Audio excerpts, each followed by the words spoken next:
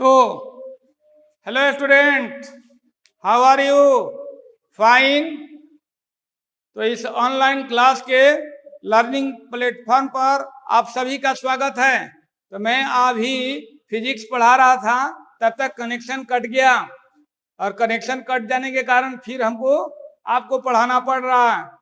ठीक है, तो ये समानांतर क्रम समूहन है। ये कॉम्बिनेशन ऑफ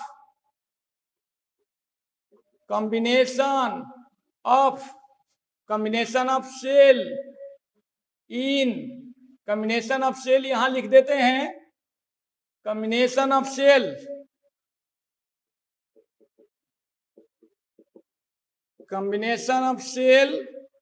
इन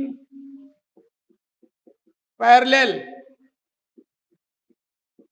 समानांतर क्रम में सेलों का संयोजन। तो ये माय डियर स्टूडेंट, यहां देखिए ध्यान से, ये टॉपिक हो गया combination of cells in parallel, समानांतर क्रम में सेलों का संयोजन। तो समानांतर क्रम है, ये पहला सेल, दूसरा सेल, तीसरा सेल, चौथा सेल, पांचवा सेल, इस तरह से एम सेलों तक ले जा सकते हैं, एम सेलों तक। तो समानांतर क्रम में एम सेल जोड़ा गया है और प्रत्येक सेल का इंटरनल रेजिस्टेंस स्मॉल आर है। प्रत्येक सेल का आंतरिक प्रतिरोध क्या है? स्मॉल आर है। ये भी small r, small r, small r. और प्रत्येक सेल के धन ध्रुव को ए बिंदु के साथ और ऋण ध्रुव को बी बिंदु के साथ जोड़ा गया है और इसे बाह्य प्रतिरोध लोड रेजिस्टेंस आर से जोड़ा गया है।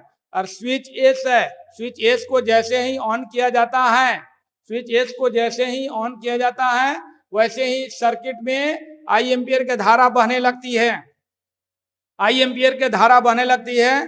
और इस धारा को जिस चीज में ले जाना है उसको इससे जोड़ दिया जाता है, उससे इसको जोड़ दिया जाता है। तो माय डियर स्टूडेंट, ये समानांतर क्रम में एम सेल जोड़ा गया है। प्रत्येक सेल के ईएमएफ ई है, आंतरिक प्रतिरोध आर है, बाह्य प्रतिरोध आर है। और ये समानांतर क्रम में ये बताया गया है कि समानांतर क्रम में ये सिद्ध कर दिया गया है, बताया गया है समानांतर क्रम में कि सभी सेल का ईएमएफ एक सेल के ईएमएफ के इक्वल होगा। यानी जितना भी इसमें सेल है सभी सेल का ईएमएफ जो होगा एक सेल के ईएमएफ के क्या होगा? इक्वल होगा। यानी जितना भी इसमें सेल है सभी सेल का ईएमएफ क्या होगा? एक सेल के ईएमएफ के इक्वल होगा। तो यहाँ लिखा हुआ समानांतर क्रम में प्रयोग से यह सिद्ध किया गया है कि सभी सेल का ईएमएफ एक सेल के ईएमएफ के बराबर होती है। यानी सभी सेल के ईएमएफ के जगह एक ही सेल का ईएमएफ लिया जाएगा करंट में। तो ये हो गया। चलिए आगे की ओर बढ़ते हैं। हमको निकालना है सर्किट में कितना करंट फ्लो होगी। तो ये देखिए, अब जो है इसमें ये स्मॉल आर है, स्मॉल आर, ये सभी समानांतर क्रम में है। तो समानांतर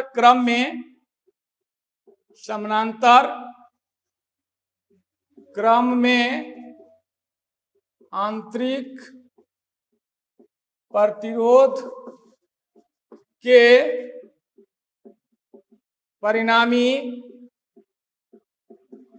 प्रतिरोध आर डैश है, इससे 1/r' होगा। 1/r', समानांतर क्रम में होता है ना ऐसा, तो परिणामी 1/r'। तो ये 1/r plus 1/r plus 1/r plus 1/r, इस तरह से एम पदों तक जाएंगे। एम सेल है ना, इसलिए ये 1/r' जो होगा 1/r 1/r 1/r एम पदों तक m/r हो जाएगा। ये लास्ट में एम पदों तक जाएंगे तो m/r होगा। यानी r dash equal to r ऊपर जाएगा, स्मॉल m नीचे हो जाएगा, r ऊपर m नीचे। तो ये आंतरिक प्रतिरोध का परिणामी प्रतिरोध r डैश हो गया और r डैश हो गया स्मॉल r/m, ये हो गया। अब टोटल प्रतिरोध निकाल लेंगे। टोटल प्रतिरोध माने total total resistance, total resistance, total resistance. तो टोटल रेजिस्टेंस में आंतरिक प्रतिरोध का परिणामी प्लस बाह्य प्रतिरोध। आंतरिक प्रतिरोध का परिणामी क्या है? R dash, r dash plus आंतरिक बाह्य प्रतिरोध क्या है? आर है। ये है स्मॉल, ये जो है आर डैश है, r dash plus r. R dash कितना है? आर बटा एम प्लस आर, एलसीएम हो जाएगा m, small are plus r m या एम आर, ये हो जाएगा total resistance. Total resistance circuit में हो गया इतना, small are plus M r बटे एम, ये निकल गया। अब हम क्या निकाल लेंगे? करंट निकाल लेंगे। क्या निकाल लेंगे? करंट। सर्किट में जो करंट आई फ्लो हो रही है, इसका मान क्या होगा? परिपथ में धारा I इक्वल टू, मैंने बताया कि सभी सेल का ईएमएफ एक सेल के ईएमएफ के इक्वल होगा, यानी एक सेल का ईएमएफ ई होगा अपॉन टोटल रेजिस्टेंस कितना है?